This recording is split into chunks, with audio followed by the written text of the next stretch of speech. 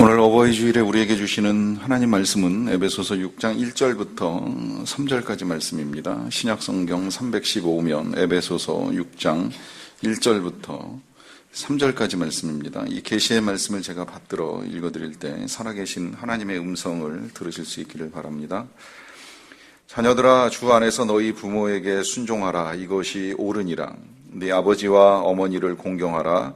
이것은 약속이 있는 첫 계명이니 이로써 네가 잘되고 땅에서 장수하리라. 아멘. 네, 오늘은 어버이 주일입니다. 이곳에서 예배를 드리고 계신 모든 어버이들께 우리 하나님께서 내려주시는 건강과 평안이 충만하시기를 주님의 이름으로 축원합니다. 우리가 요새 새벽에 이 창세기 요셉 이야기를 읽어 나가는데, 요셉 이야기 중간중간에는 요셉 아버지 야곱의 이야기가 이제 한 번씩 나오는 걸 같이 볼 수 있습니다. 그 아버지를 보면 이 자식 사랑이 지극한 이 아버지의 애절함을 이제 보게 되는데, 그 이유가 있죠. 그것은 가장 귀하게 여겼던 요셉을 어렸을 때 잃어버리는 일이 있었고요. 또 흉년을 맞이해서 이 자식들을 애굽에 이제 보냈는데, 애굽으로 갔었던 10명의 아들 중에 둘째 아들 시므온이 함께 오지 못하고 9명만 되돌아옵니다.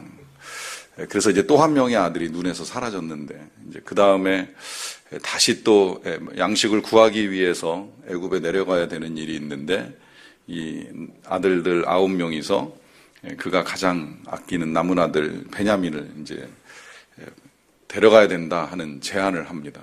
이 제안 때문에 이 아버지가 못 견디는 거예요. 지금 나에게 있어서 12아들 중에 2아들이 사라졌는데, 가장 아끼는 아들인 이 베냐민까지도 또 너희가 데려가려 하느냐라고 하면서 어찌 나를 이 흰머리로 스올에 내려가게 하겠느냐 하면서 탄식하는 아버지의 절규를 이제 우리에게 보여줍니다. 저와 여러분들은 계속 이제 에베소서를 읽어 나가고 있는데요. 이 에베소서는 언젠가도 말씀드렸듯이 크게 이제 두 파트로 나누어져서, 하나는 우리가 신앙에 있어서 꼭 알아야 될 중요한 교리들을 이제 말씀해 주시고요. 그 다음에 이제 또 하나는 이제 그런 교리를 아는 우리들이 어떻게 세상을 살아가는가에 대한 삶의 원리들을 가르쳐 줍니다. 그리고 이 원리는 단순히 교회 생활, 신앙생활 어떻게 하라 정도가 아니라 이제 세상에서 가정에서나 일터에서나 모든 관계들 속에서 우리가 이제 어떻게 살아야 하는지에 대해서 이제 중요한 지침들을 우리에게 주고 있습니다. 거의 모든 우리의 삶의 영역을 빠뜨리지 않고 말씀하신다고 할 정도로 자세하게 언급을 해준다고 볼 수 있는데, 그 가운데 우리는 지금 이제 이 가정에 관한 부분을 보고 있습니다. 사실 순서상으로는 원래 이제 오늘 보는 걸 먼저 봤어야 돼. 이게 이제 6장에서 좀 앞부분이잖아요. 1절부터 3절까지 봐야 되는데, 우리가 지난주에 4절을 봤어요. 그건 이제 어린이 주일이 먼저이다 보니까 그렇게 보기는 했습니다만은, 실상은 이 가족 관계에 있어서는 이제 가장 중요한 관계가 부부 관계예요. 부부가 1순위예요. 원래 그래서 요 내용은 6장보다 앞서 이제 5장에 기록되어 있는데, 이건 마지막 주일에 볼 계획이고, 그 다음에 중요한 것이 이제 부모님을 대하는 자녀로서의 관계인데, 이게 이제 앞부분에 자리 잡고 있는 거고, 그 다음에 이제 6장 4절 자녀와의 관계가 세 번째입니다. 이 순서는 우리가 관계의 우선순위를 생각하는 데 있어서도 아주 중요하니까 잊지 마십시오. 여러분 가정에 있어서 가장 중요한 관계는 부부관계입니다.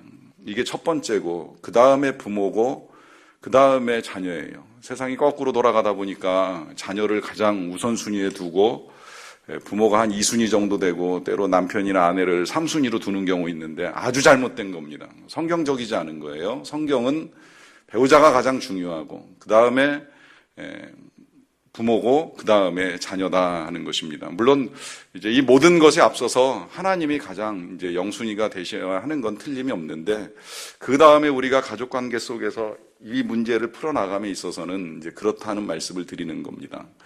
다만 이제 순서가 바뀌어서 우리가 지난주에 자녀에게 주시는 자녀와의 관계 속에 주시는 말씀을 이제 2포인트로 우리가 배우는 일이 있었는데, 이제 오늘 부모님과의 관계에 있어서도 역시 마찬가지로 이제 2가지 포인트로 우리에게 명백하게 가르쳐 줍니다. 그 첫 번째 포인트가 1절에 이렇게 기록되어 있습니다. 자녀들아 주 안에서 너희 부모에게 순종하라. 이것이 옳으니라. 부모님과의 관계에 있어서 우리가 잊지 말고 취하여야 될 삶의 원리, 그것은 부모에게 순종하라라고 하시는 것입니다. 이 부모에게 순종하는 것은 정말 중요한 것임에 이루 말할 것이 없는데요. 이 자녀가 부모에게 순종해야 되는 이유는 그냥 여기 1절만 봐도 벌써 두 가지 이유가 쉽게 이제 제시가 되는 거예요. 하나는 주님 안에서 이게 꼭 필요한 일이고, 또 하나는 이거 옳다고까지 말씀하십니다. 성경을 읽어 나가다 보면 이제 부모에게 순종한 자녀 대표로 한 2명 정도 꼽을 수 있는데, 물론 다른 자녀들도 다 귀한 자녀들입니다만은 굳이 꼽으라고 하면 저는 이제 이삭과 우리 예수님 이제 꼽습니다. 이삭은 아시는 대로 아브라함의 아들로 태어나서 이제 성장한 다음에 어느 때가 이르렀을 때에 그 아버지가 그 이삭을 데리고 하나님의 명령에 따라 모리아산에 이 번제를 드리러 가는 일이 있습니다. 이 번제를 드리러 갈 때 아브라함이 제물을 준비하지 않고 이 아들 이삭을 제물로 바치는 일을 하게 되는데, 그 바치는 과정 중에 이삭이 아버지가 행하는 그 모든 일들을 다 그대로 이제 받아들이는 순종의 행위를 보여줘요. 물론 그 부분이 성경에 자세하게 설명되어 있지 않지만 분명하게 알 수 있는 건, 그 아버지가 이 이삭을 묶어서 제단 위에 올려놓고 칼을 들고 잡으려고 할 때에 이 아들이 전혀 반항하는 태도를 취하지 않습니다. 이제 이 일에 있어서 이삭이 반항할 힘이 없었다고 보는 해석도 있기는 합니다만은, 또 한편 다시 생각해 보면 아버지 아브라함은 100살이 넘었습니다. 이삭은 한참 청소년기를 지나가고 있습니다. 굳이 반항하려고 하면 절대 이기지 못할 상대는 아니었던 것이라고 볼 수 있는 겁니다. 그럼에도 불구하고 아버지가 묶으면 묶는 대로, 제단에 올려놓으면 올려놓는 대로, 심지어 칼을 빼들면 빼드는 대로, 아버지 왜 이러십니까? 라고 하는 말 한마디 하지 아니하고 지금 아버지가 행하는 그 모든 일들을 있는 그대로 다 받아들이는 태도를 보여줍니다. 이제 그러다 보니까 나중에 이 일 자체가 우리 예수님이 십자가 사건의 모형이 돼버린 거예요. 우리 예수님도 똑같이 우리 하나님의 뜻에 따라 이 땅에 오셨고, 오셔서 하나님의 뜻에 따라 우리의 모든 죄짐을 지고 십자가의 제물로 바쳐지는 그 순간에 힘들기는 하셨어요. 벗어나고 싶으셨지만 그 벗어나고 싶은 상황에서도 하나님의 뜻에 따라 묵묵히 그 십자가를 지고 골고다 언덕을 오르시고 십자가 위에서 죽임 당하시는 것으로 하나님의 뜻을 이제 이루시는 것을 우리가 볼 수 있습니다. 이러한 이 부모에 대한 자녀의 순종을 통해서 이제 한 가지 우리가 보게 되는 중요한 결과가 있는데요. 그 결과는 무엇이냐면, 그 순종하는 자녀에게나 부모에게나 이 일이 다 영광이 된다는 거예요. 그러니까 이삭이 아브라함의 그 모든 일에 묵묵히 순종한 일로 말미암아 아브라함도 영광을 얻고 이삭도 영광을 얻습니다. 그 영광은 아시는 대로 아브라함은 이제 거기서 확실하게 믿음의 조상, 믿음의 아버지인 것이 드러난 것이고요. 이삭은 그의 아들로서 이제 믿음을 계승하고 자손만대 이제 복을 이어나가는 일을 이어하게 되죠. 이 일이 그 가문의 영광이 되는 거예요.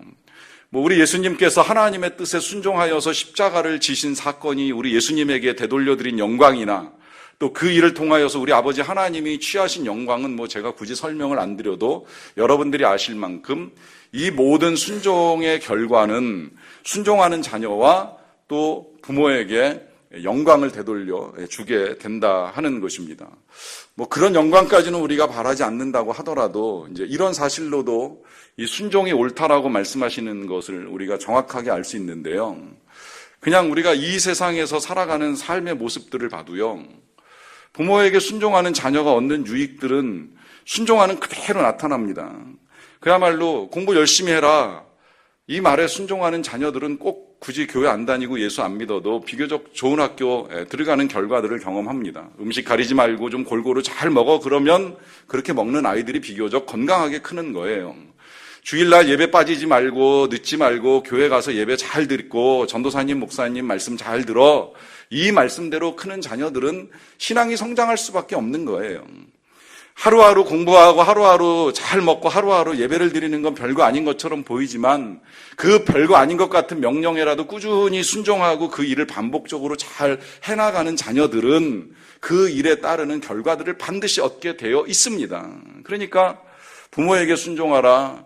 이건 정말 옳은 일이라고 하는 것입니다.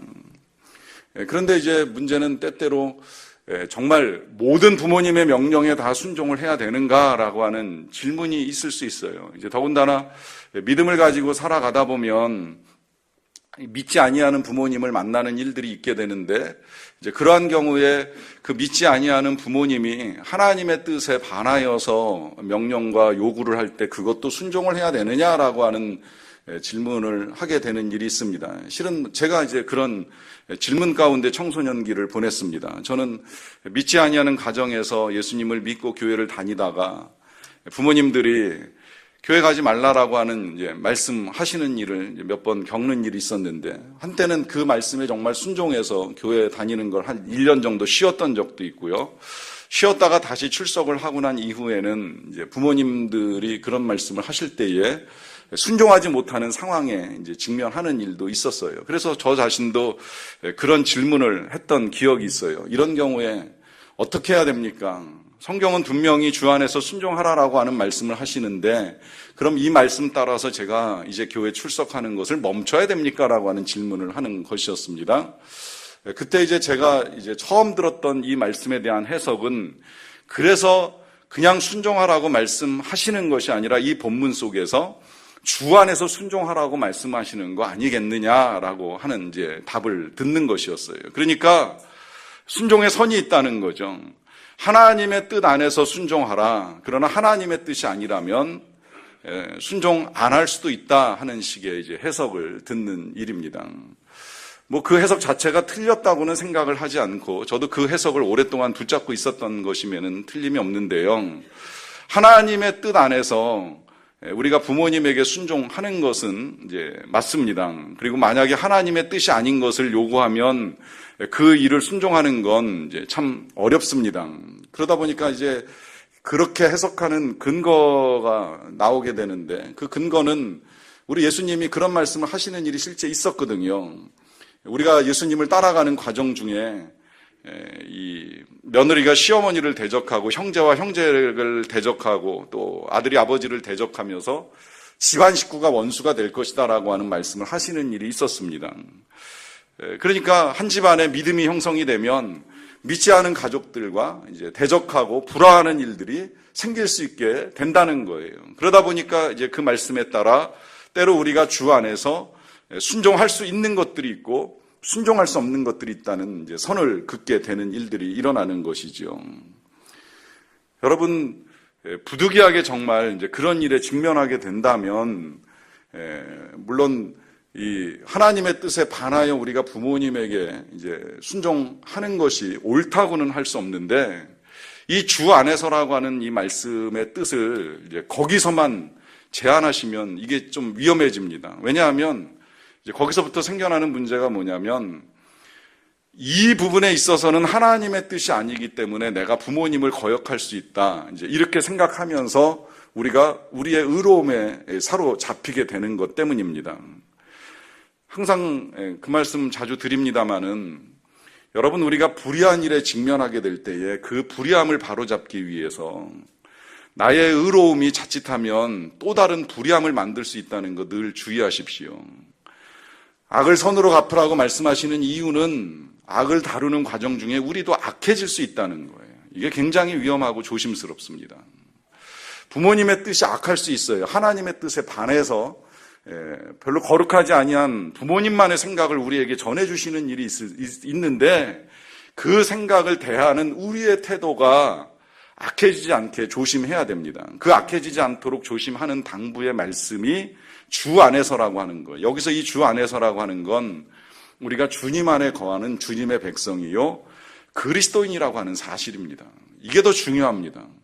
지금 왜 사도 바울이 계속해서 교리 이후에 3장에 걸쳐서 여러 가지 우리의 삶의 원리들을 가르쳐 줍니까? 우리가 그리스도인이기 때문인 거예요. 그리스도인이니까 이 그리스도인이 교회에서나 가정에서나 어떤 자리에서도 다 그리스도인답게 살아가라는 거예요. 그 그리스도인답게 살아가는 건 부모님이 하나님의 뜻에 배치되는 요구와 명령을 하셨을 때에도 내가 그리스도인이라는 사실을 잊으면 안 된다는 겁니다. 그리고 그 사실을 잊지 아니하는 그리스도인의 태도는 불순종할지언정 부모님을 대적하거나 원수로 생각하거나 악하게 대응하지 않는다는 것입니다. 이 모든 것들을 묶어서 2절에 이렇게 우리에게 가르쳐 줍니다. 네 아버지와 어머니를 공경하라. 순종할 수 없을 때에 당부하는 겁니다. 순종할 수 없으면 공경하라. 공경이라고 하는 거는 이제 여러 가지로 해석이 될 수 있는데, 일단 문자적 해석은 공손한 태도를 취하는 것을 공경이라고 보통 이야기를 합니다. 여러 가지로 해석이 된다고 말씀을 드리는 건, 이제 우리가 부모님을 공경함에 있어서는 물질적으로도 공경을 할 수 있고 또 마음으로 공경을 할 수 있습니다. 사실 어려서 우리가 성장 과정 중에 부모님으로부터 도움을 받지만 어느 순간 이제 부모님으로부터 도움을 받을 수 없는 상황에 놓일 수 있고, 또 우리가 부모님을 도와드려야 되는 상황에 있을 수도 있어요. 이게 요새 좀 뭐 다르다는 이야기는 들어요. 과거에는 연로하신 부모님들이 이제 더 이상 노동을 하실 수 없으시니까 자녀가 부모를 공경하고 모시고 섬기는 게 이제 맞다, 이렇게 이야기 많이 했는데, 지금 거꾸로 돼서 이것 또한 이 지금 자녀들이 긴 세월 동안 이 자녀를 양육하고 이 재산을 모으고 하는 일이 워낙 어려운 시대에 살다 보니까 더 많은 재산을 가지고 계신 부모님이 오히려 자녀를 이제 공경하는 일이 오랫동안 지속된다, 이제 이렇게까지 이제 보는 시각도 있는데, 그런 면에서 보면 저는 이제 물질적 공경 필요하기는 하지만 자식으로서 어떤 한계에 부딪히는 일이 있을 수 있다는 생각을 하는 거예요. 사실 그런 면에 있어서는 제가 그런 한계를 제일 많이 경험했던 사람입니다. 자녀로서 부모에게 물질로 많은 공경을 해드리지 못한 삶을 살았던 것을 부끄럽지만 솔직하게 고백합니다. 그러나 이제 그런 상황들에 직면하게 될 때에 제가 알고 배웠고 또 제가 부모님을 공경했던 또 하나의 태도는 물질만은 아니라고 생각하는 거예요. 여러분, 교회 일이 그렇잖아요. 교회 일이라 물질로도 봉사가 되지만 어떻게 물질로만 교회가 운영이 되겠습니까? 몸으로 시간 내에 헌신하는 사람들의 봉사를 통해서 교회도 그 역할과 사명을 감당해 나가는 것인데, 돈만으로 봉사가 안 되는 거예요. 마찬가지로 돈만으로 공경이 안 되는 겁니다. 그럴 때에 이제 우리가 어떤 태도를 취하느냐라고 하는 우리 마음과 생각이 부모님 공경으로 이제 나타날 수 있게 되는데, 그 부모님을 공경하는 그 태도를 바로 지금 여기서 공경이라고 말씀하시는 이유를 우리가 이제 받아들여야 되는데요. 그건 뭐냐면, 우리가 겸손을 배울 때 배우는 게 있죠. 겸손이라고 하는 건 나보다 다른 사람을 더 존중하는 것이라고 말씀을 드렸습니다. 그런데 그 존중에 대한 해석을 할 때 제가 말씀드린 거 기억하실 겁니다. 존중은 존중할 만한 사람을 존중하는 것이 존중이 아니라는 거예요. 그건 누구나 해요. 쉽게 할 수 있어요. 할 만하면 존중하지요. 그러나 진짜 그리스도인이 겸손하게 존중하는 건 존중할 수 없을 때, 존중할 만하지 못할 때 그게 진짜 존중이 된다는 겁니다.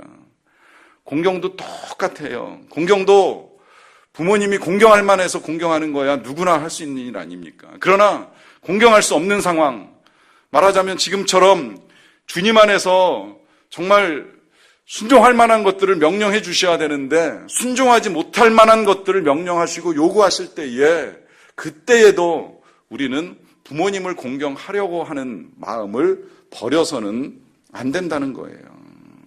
공경할 수 없지만 그럼에도 불구하고 내가 그리스도인이라는 사실 때문에 부모님을 귀히 여기고 존중하는 마음을 가지셔야 된다는 것입니다. 여기까지 말씀을 드려도 이 일 또한 때로 쉽지 않다는 걸 알고 있습니다. 거기에도 몇 가지 이유가 있어요. 일단은 살아계시다면 상처를 많이 받았기 때문일 것이라고 여겨집니다.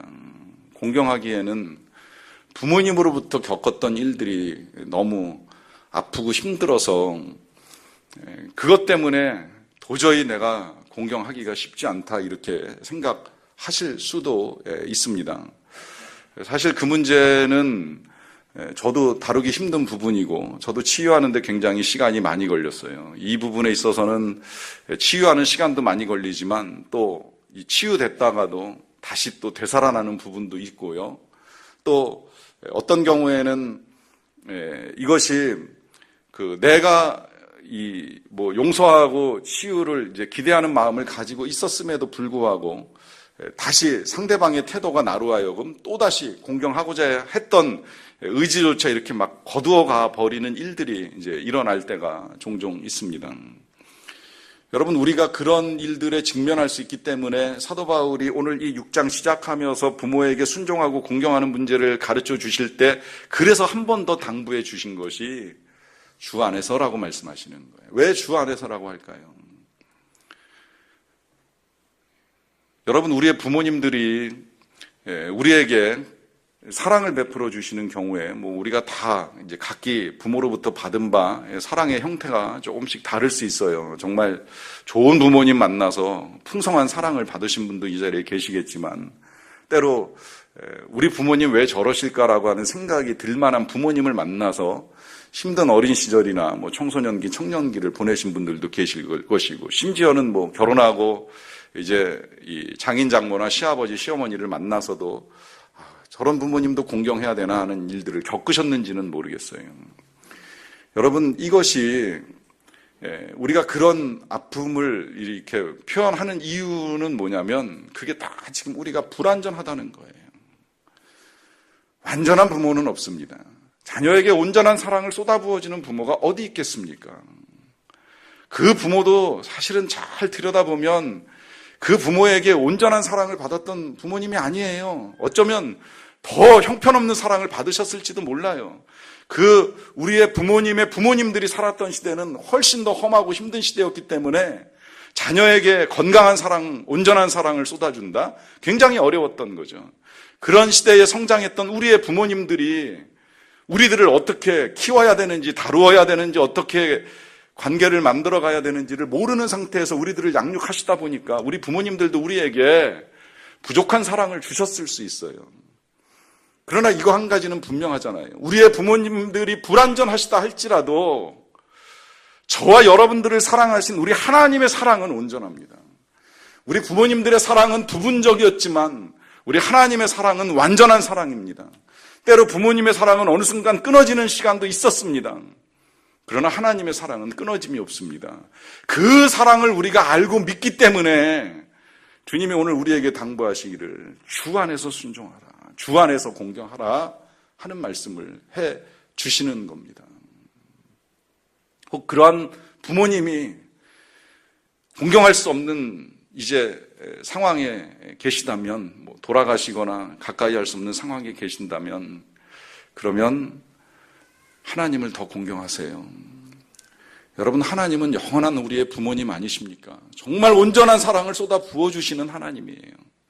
물론 우리가 그 하나님의 사랑을 다 아직도 알지 못하고 깨닫지 못해서 정말 날 사랑하시는지 의심을 가질 수도 있고 믿음이 없을 수도 있지만 여러분, 우리의 인식, 우리의 이해와 상관없이 저와 여러분들을 향한 하나님의 사랑은 온전하시고 불변하시다는 걸 믿으시기 바랍니다. 이건 성경의 약속입니다. 세상의 그 어떤 것도 우리를 향한 아버지 하나님의 사랑에서 끊을 수 없다라고 하는 분명한 말씀을 붙들고 나를 향한 하나님의 사랑을 다시 확인하고 그 사랑에, 하나님의 사랑에 공경으로 반응하시기를 바랍니다. 저와 여러분들은 지금 이 세월을 아끼라라고 하는 주제를 가지고 이 5월달 이제 말씀을 나누고 있는데요. 이 말씀은 이 5장에 있는 이제 말씀, 사실 이제 다음 주에 보게 될 말씀에서 이제 근거된 제목이에요. 제목을 성경에서 이렇게 계속 뽑아 나가다가 보니까 이제 5장에 세월을 아끼라라고 하는 이제 제목을 이제 찾게 됐고, 그 말씀에 따라서 지금 절기에 따라 이제 이 어린이주일, 어버이주일, 그리고 이제 성령 강림주일, 그리고 이 마지막 이제 가족주일까지 이렇게 이제 말씀을 보게 되는데요. 어떻게 보면 처음에 저는 이 주제를 정할 때 세월을 아끼라라고 하는 주제가 이 지금 5월의 절기들하고는 어울리지 않는 이제 그런 주제 아닌가라고 하는 생각을 잠시 했었어요. 그런데 나중에 지금 이렇게 주마다 말씀을 준비하면서 보니까 이 주제야말로 진짜 5월에 꼭 우리에게 필요한 주제이구나라고 하는 생각을 다시 하게 됐습니다. 그건 여러분들도 아실 거예요. 여러분이 세월을 아끼는 건 물론 예수님의 재림 때문에 나온 거예요. 때가 악하니라. 이 악한 때에 이제 주님 오실 날이 멀지 않았다. 그러니까 어리석은 일들을 버리고 지혜롭게 생활해야 된다. 그 지혜로운 삶을 위해서는 성령으로 충만해야 된다라고 하는 그 예수님의 재림으로부터 출발된 세월을 아끼는 문제가 나온 건데, 가만히 생각해 보니까 이 세월 아끼는 건 재림만 준비하는 게 아니라 자녀 양육에 있어서도 실은 세월을 아껴야 돼요. 우리가 자녀를 키우는 시간이 제한되어 있잖아요. 어느 순간 자녀는 우리 품을 떠납니다. 물론 품을 떠나도 자녀를 만나는 일이 있는데요. 여러분, 자녀를 만나도 주님의 교훈과 훈계로 양육하는 건 한계가 있어요. 나이 들어서 자녀를 가르치려고 하면 이게 잔소리가 되는 겁니다. 양육이 아니에요. 실은 잔소리만 되는 거죠. 그러니까 우리가 주님의 교훈과 훈계로 자녀를 양육할 수 있는 시간이 제한되어 있으니까 세월을 아껴서 자녀에게 노여움을 쌓지 않고 잘 양육해 가야 돼요. 마찬가지로 부모님을 공경할 시간, 이거 제한되어 있는 거 다 아시겠지만 그야말로 송강 정철이 기가 막힌 시조를 우리에게 남겨줬잖아요. 어버이 살아실제 섬길랑 다하여라. 지나가 놓으면 애달파 어이하리. 평생에 고쳐 못할 일 이뿐인가 하노라. 부모님을 공경할 때도 제한돼 있다는 거예요. 이거 세월 아껴야 돼요. 우리가 섬길 수 있는 시간이 제한돼 있어요. 어느 순간 섬겨드리고 싶어도 우리 곁에 계시지 않는 거예요. 더 이상 섬길래야 섬길 수가 없는 거예요. 그때가 되면 우리 마음에 애달픔만 커지는 거예요. 김남준 목사님께서 가족이라고 하는 책에서 이런 글을 쓰신 것을 이제 보는 일이 있었어요. 주무시다가, 목사님께서 주무시다가 새벽에 어디서 심하게 우는 울음소리가 나서 잠을 깨셨다는 겁니다. 통곡소리가 들려오더라는 거예요. 깨고 나서 보니까 당신이 우는 소리였어요. 꿈에 이 아버님을 뵈었습니다. 돌아가신 아버님을 뵌 거예요. 그 아버님과의 관계를 책에서 조금 언급하시는 일이 있는데 25세 될 때까지 아버님을 공경하거나 사랑한 적이 한 번도 없다는 거예요. 그 25세는 이제 이분이 21살에 예수님을 믿고 회심하고 믿음이 성장하고 어느 순간 그 아버지를 용서하라고 하시는 이제 하나님의 말씀을 듣고서야 이제 아버지를 용서하고 이제 사랑하게 되었다라고 하는 고백하시는 거 있는데, 이제 그 이후에 아버님은 세상을 떠나시고 그 돌아가신 아버님에 대한 꿈을 꾼 그날 이제 자다가 우시게 되셨다는 겁니다. 그 꿈을 꾸다가 깨고 난 이후에도 컴컴한 허공을 바라보시면서 계속 이제 울 수밖에 없으셨다라고 하는 말씀 하시는데요. 그 울 수밖에 없었던 이유를 이렇게 말씀하시는 겁니다. 미워할 때는 미워하느라고 흘려보낸 시간이, 사랑한 후에는 그 사랑을 표현하지 못하고 침묵 속에서 지나가 버린 시간이 너무도 안타까워 어둠 속에서 허공을 바라보며 한참을 울었습니다. 여러분, 우리에게 시간이 제한되어 있습니다. 영원하지 않습니다. 사랑할 시간이 많지 않습니다. 공경할 시간이 많지 않습니다. 제한된 시간 속에서 부모님을, 하나님을 잘 공경하는 저와 여러분들이 되십시다. 기도하겠습니다.